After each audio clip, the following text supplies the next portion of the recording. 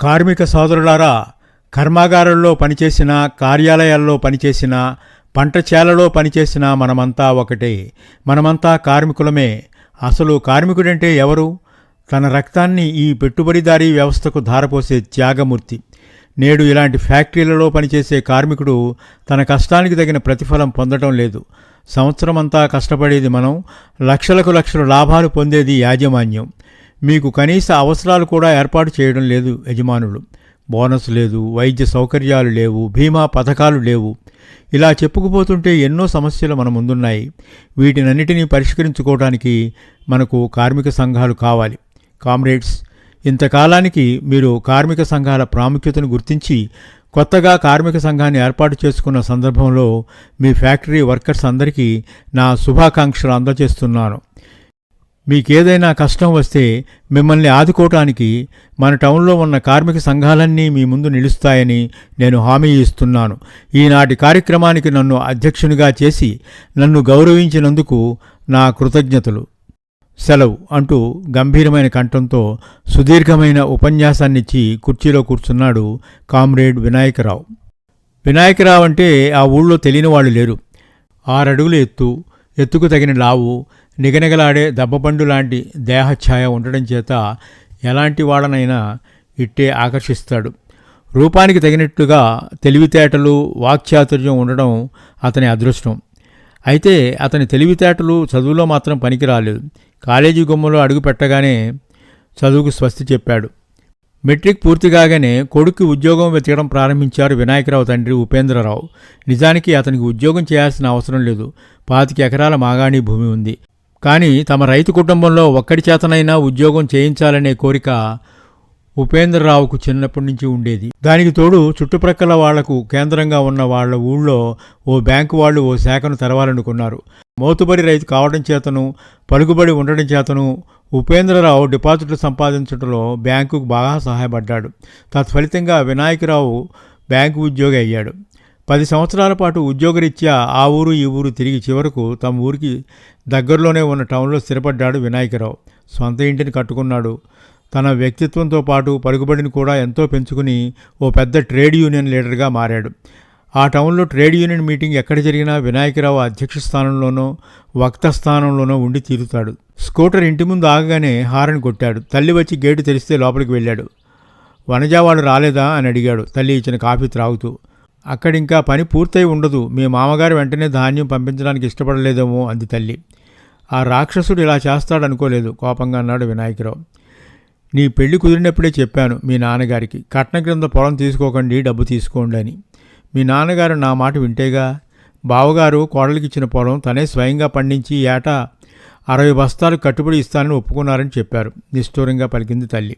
మొదటి 3 ఏళ్ళు అనుకున్న ప్రకారమే ధాన్యం తోలాడు. ఎటొచ్చి రెండో కూతురు పెళ్ళాక అతని పద్ధతి మారిపోయింది. అయితే ఈ సంవత్సరం ధాన్యం ఇస్తాడంటావా అనుమానంగా అడిగింది తల్లి. అందుకేగా వనజను పంపించింది.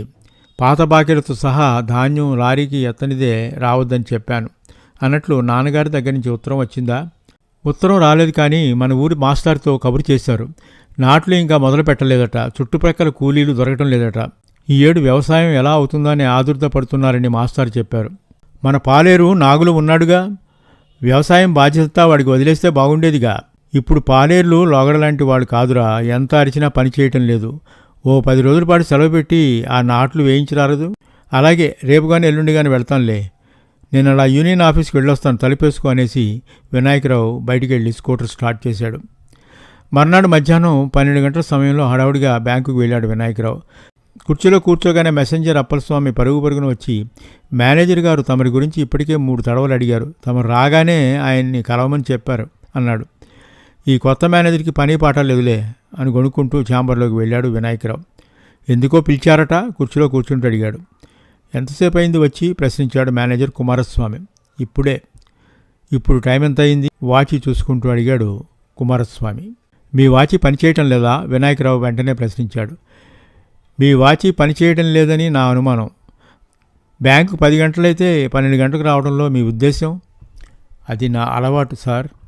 ఇక ముందు మీరు మార్చుకోవాలి. ఇలాంటి సలహా లోగడ మేనేజరు నాకు ఇవ్వలేదు. కావచ్చు, కానీ బ్యాంకు శ్రేయస్సు దృష్ట్యా మీకు ఈ సలహా ఇవ్వక తప్పడం లేదు. బ్యాంకు శ్రేయస్సును కోరేది మేనేజర్లు మాత్రమే కాదు, ఎంప్లాయీస్ కూడా. ఈ విషయం మీరు గుర్తించాలి. ఆ విషయం తెలిసి ఉండి కూడా బ్యాంకు ఆలస్యంగా వస్తున్నారన్నమాట. నా విషయం వదిలేయండి, మిగిలిన వాళ్ళంతా వేళకు ఆఫీస్కి వస్తున్నారుగా. మీ విషయం ఎందుకు వదలాలి? వాళ్లకు నాకు తేడా లేదా? ఏ విషయంలో మీకు తెలియదా? చెప్పండి. నేను ట్రేడ్ యూనియన్ లీడర్ని. అయితే ఆలస్యంగా రావడానికి దానికి సంబంధం ఏముంది? చాలా ఉంది. మాకు టౌన్లో చాలా ట్రేడ్ యూనియన్స్ ఉన్నాయి. మాకుండే సమస్యలు మాకుంటాయి. వాటిని అటెండ్ కావాల్సిన బాధ్యత మా మీద ఉంది. ఆఫీస్ పని చేయాల్సిన బాధ్యత మీ మీద లేదన్నమాట. మీరెలా అనుకున్నా పర్వాలేదు. మీకే ఇబ్బంది లేకుండా మా మెంబర్ల చేత ఆఫీస్ పని చేయించడమే నా బాధ్యత. చూడండి వినాయకరావు గారు, లీడర్ అయినంత మాత్రాన ఆఫీస్ పని చేయకూడదని ఎక్కడా లేదు. ఈ అపోహ మీకు ఎలా కలిగిందో నాకు అర్థం కావటం లేదు. ఫర్ యువర్ ఇన్ఫర్మేషన్, ఒకప్పుడు నేను కూడా మీలాగే వర్కింగ్ క్లాస్ కోసం పాటుపడిన వాడినే. అయితే ఏనాడు పని పట్ల నిర్లక్ష్యం చూపలేదు. అందుకే మేనేజర్ కాగలిగారు. That's good. అర్థం చేసుకున్నారు కదా. కానీ మీలా ప్రమోషన్ తీసుకోవడం నాకు ఇష్టం లేదు. జీవితాంతం ఇలానే కార్మికుల కష్టసుఖాల్లో పాలు పంచుకుని వాళ్లకు సేవ చేస్తాను. ఇవన్నీ ఆవేశంలో అనే మాటలు. ప్రమోషన్ వచ్చినప్పుడు వదులుకోవడం అవివేకం. ఈ పదవులను నమ్ముకోవడం నిజంగా బుద్ధి తక్కువ. పాత నీరు పోయి కొత్త నీరు రావడం సహజ గుణం. ఎల్లకాలం మీరే లీడర్గా ఉంటారని భ్రమపడకండి. పాత అంటే వెగటి పుట్టాక కొత్త వైపు మొగ్గు చూపుతారు మనుషులు. అది కాలం తెచ్చే మార్పు. దాన్ని ఎవరూ అడ్డగించలేరు. ఈ ఉపన్యాసాలు విన్నంత మాత్రాన నా నిర్ణయం మారుతుందని మాత్రం అనుకోకండి. మేనేజ్మెంట్ పిలిచి ఇచ్చినా నాకు ప్రమోషన్ అక్కర్లేదంటాను. మీ త్యాగానికి నా జోహార్లు. కానీ నాదో డౌట్. ప్రమోషన్ అంటే మీకు ఎందుకింత వైరం?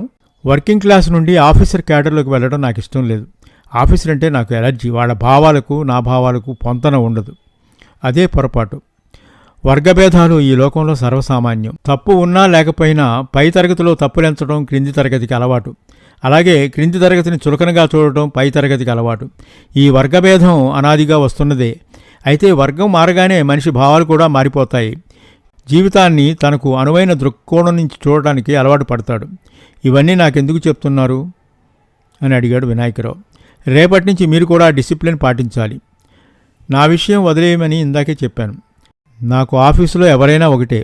మీ ఉద్యోగుల సమస్యలు చర్చించటానికి వాళ్ళ ప్రతినిధిగా వచ్చినప్పుడు మాత్రమే మిమ్మల్ని యూనియన్ లీడర్గా గుర్తిస్తాను. మిగతా సమయాల్లో మీరు కేవలం ఒక బ్యాంకు ఉద్యోగి మాత్రమే. ఒక ఎంప్లాయీకి యూనియన్ లీడర్కు తేడా తెలియని పరిస్థితుల్లో మీరు ఉన్నారన్నమాట. కాదు, ట్రేడ్ యూనియన్ ముసుగులో కర్తవ్యాన్ని విస్మరించి పని చేయకుండా సుఖపడాలనుకోవడం మంచిది కాదని మీలాంటి వాళ్లను హెచ్చరించే స్థితిలో ఉన్నాను. It is too much. Trade unions అంటే మీకు ఎలాంటి భావం ఉందో ఇప్పుడు అర్థమైంది. మీరు చాలా అవమానకరంగా మాట్లాడుతున్నారు. పొరపాటు.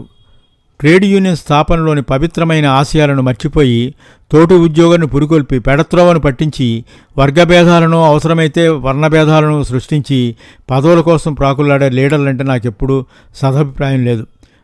అయితే ట్రేడ్ యూనియన్ శక్తి ఏమిటో మీకు ఇప్పుడే తెలియజేస్తానంటూ విసురుగా బయటకు వచ్చేశాడు వినాయకరావు. వినాయకరావు ఆదేశాలను అనుసరించి ఉద్యోగులంతా చేస్తున్న పనులను ఆపేసి మేనేజర్ ఛాంబర్ బయట హాజరయ్యారు. ఈలోపు వినాయకరావు టెలిఫోన్ డైల్లో ఎన్నో నంబర్లను గిరున తిప్పాడు. అంతే, ఓ అరగంటలో టౌన్లోని వివిధ కార్యాలయాల్లో ఉన్న ట్రేడ్ యూనియన్ నాయకులు పరుగున వచ్చారు. మేనేజర్ ఛాంబర్ బయట స్లోగన్స్ మొదలయ్యాయి. జిందాబాద్ జిందాబాద్, ట్రేడ్ యూనియన్స్ జిందాబాద్, కార్మిక వ్యతిరేకత శక్తులు నశించాలి, మేనేజ్మెంట్ డౌన్ డౌన్, అధికారుల అక్రమాలు అరికట్టాలి, కార్మిక ఐక్యత వర్ధిల్లాలి వర్ధిల్లాలి. మర్నాడు బ్యాంకుకు లీవ్ పంపించి తన స్వంత ఊరు బయలుదేరాడు వినాయకరావు. అతను ఇంటికి చేరుకునేసరికి తండ్రి ఉపేంద్రరావు పొలం వెళ్ళడానికి బయలుదేరాడు. కొడుకును చూడగానే ఆయనకు కొండంత బలం వచ్చింది. మీరు రెస్ట్ తీసుకుని నాన్నగారు, పొలం నేను వెళ్తానులే అని తండ్రికి చెప్పి పొలం బయలుదేరాడు వినాయకరావు. అతను వెళ్లేసరికి ఆడకూలీలు పాటలు పాడుతూ నాట్లు వేస్తున్నారు. పాలేరు నాగుల కోసం అటు ఇటు చూడసాగాడు. ఎక్కడా కనిపించలేదు.